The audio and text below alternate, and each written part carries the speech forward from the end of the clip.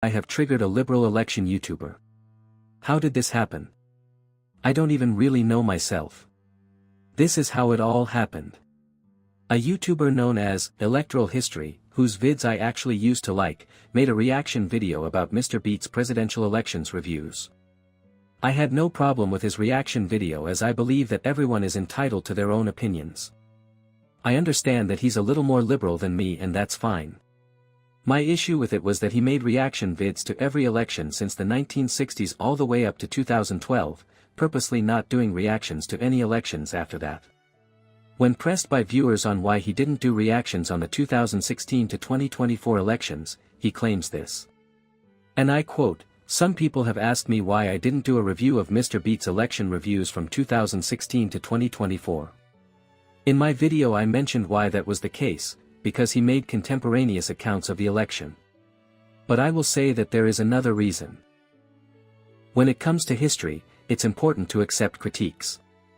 I find that Democrats and old-school Republicans can do that well, especially with their own candidates.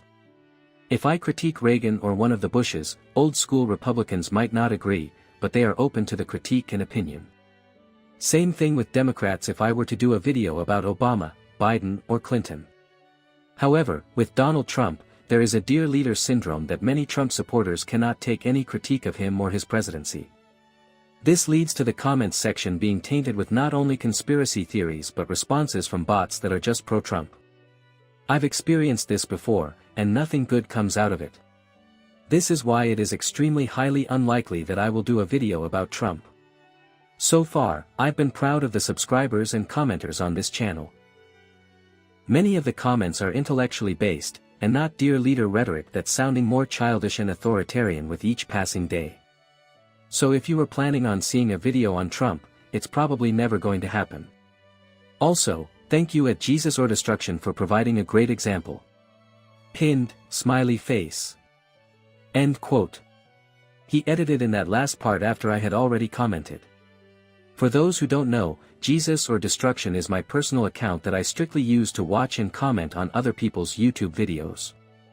I made a joke comment saying that his reasoning for not reviewing the 2016 to 2024 elections was because he had TDS, also known as Trump derangement syndrome, and he apparently took it personally.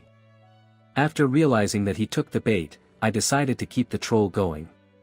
About a month later, I noticed that he made a presidential campaign video.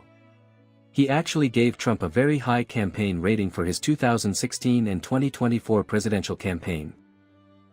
Noticing another opportunity to make a joke, I said, and I quote, "Glad to see that the TDS wore off," referring to the fact that he actually gave Trump a decent rating, and sure enough, he took the bait again.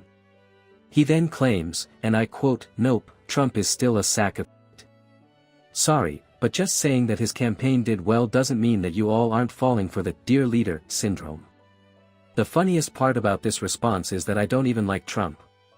I just think that Hillary Clinton and Kamala Harris were significantly worse options for the country generally. He then creates another post referring to me but not tagging me this time to say, and I quote, "Okay, so yesterday's live stream experimented as to whether I should do videos involving the 2016 to 2024 elections. Well, the cultists came out. So, in the future, that's a hard no, no more videos about US politics from 2016 to 2024. I tried to reply but he had banned me from his comments section by this point. He proceeded to go on an anti-Trump rant under his post's comments section, even attacking some of his more moderate viewers who simply disagree with his reasoning. I think it's safe to say that he's triggered after taking the bait on some of the most basic milquetoast jokes imaginable. I hope he realizes that at the end of the day, it's all fun and games.